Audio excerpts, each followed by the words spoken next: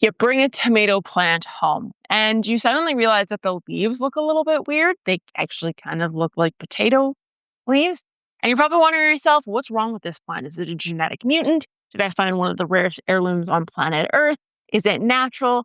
Why do some tomato plants have potato leaves? And why do others have fenestrated leaves? Well, today's video is exactly going to look at that. If you don't know who I am, hi, hello, my name's Ashley. I have a bachelor's of science in soil science. I like to take said science and apply it to all things plants. And in this case, we're applying it to plant leaves because there's actually a lot of science behind why there is a difference between the two and why you may want to choose one over the other in your garden and how you actually may want to treat them differently. So your regular leaf, your fenestrated leaf, if you will, is your genetic dominant form of tomato plant. So it is just your classic brown hair, brown eyes type human version of the tomato. It has the serrated edges, kind of the little separate leaflets. It's your classic looking tomato. The potato leaf tomatoes are dramatically different. They have no resemblance of a fern plant whatsoever. They're very rounded and they have very little to no fenestration in them. And this is because of the gene that actually reduces leaf dissection, as we like to call it. Now, plant scientists that have actually studied this tomato morphology describe it as a mutation that affects compound leaf formation. And oddly enough, this same genetic programming affects a lot of things, such as auxin dispersion throughout the entire plant, which we talked about in whether or not you should be topping tomato plants video, for example, as well as the leaf margin growth that appears on the plant. So reality is that most legendary heirloom varieties have this potato leaf look. For example, the Brandywines, the ones I love and adore and will not shut up about. We also have Marina's Peace and then Prudence Purple, for example, as well. And these are all three known for incredible flavor and exceptionally large fruit compared to your regular tomatoes. Now, fenestrated leaves or highly dissected leaves actually comes from intense levels of plant stress early on. And so therefore it can be less or more if you have a genetically dominated fenestrated tomato plant leaf, but you're noticing things are looking exceptionally fenestrated and exceptionally lacy and spindly and fern-like. That's a sign of added stress. So the nice thing about the non-potato leaf varieties and the fenestrated leaf varieties is that they can give you some really telltale signs if stress levels are too high, because it will show up in those leaves. So things like temperature swings, cold snaps, inconsistent watering, root stress, and even herbicide drift will all cause a larger margin between each kind of spindlier leaves,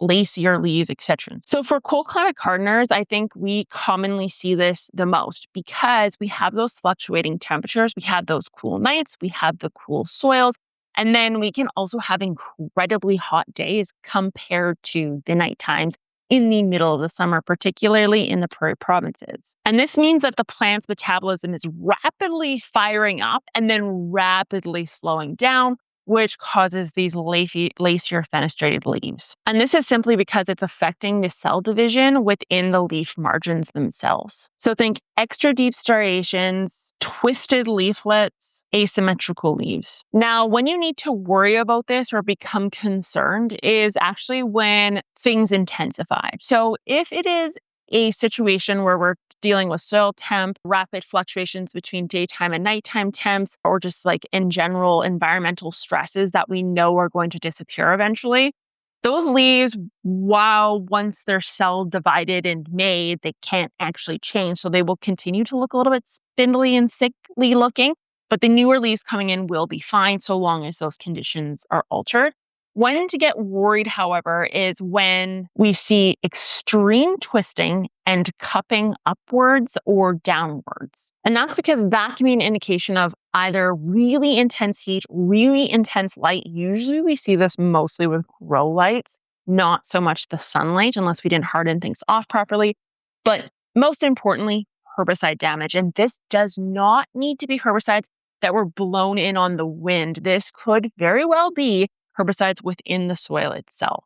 And it doesn't take much. We're talking parts per billion, which is, for anyone who doesn't know anything about dilutions, that is very, very small. And that's actually because tomatoes, it's a known fact through studies, are the most herbicide-sensitive plants on planet Earth. You've got a number of different plants out there that all of which would die under herbicide pressure, but tomatoes are very good indicators if there's any herbicide in that compost or that soil. Your tomatoes are going to scream bloody murder to let you know. They are going to be the ones most affected. So there you have it. If you've got fenestrated plant leaves, you have your classic dominant genetic expression that tomatoes give us. But we can use those leaves to actually determine if the plant is under any environmental stressors.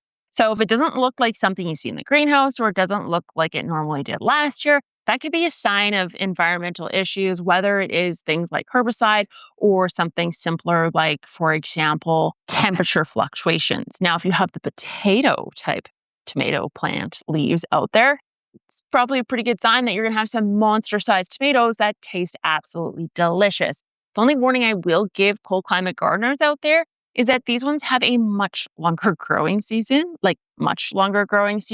And therefore, if you choose to go this direction with them, I highly encourage you to actually top the top end of that plant off between 30 to 40 days before your first frost date, which means usually about mid-August. This allows the lower fruits that do exist on that plant to mature much quicker and be ready for you before the frost hits. So we just need to refocus that energy into the task at hand, which is growing the tomatoes that already exist rather than more flowers. But if you want to learn more on that, I actually suggest you check out this video right here on tomato plants, on topping tomato plants, and when you should be doing it if you are in a cold climate.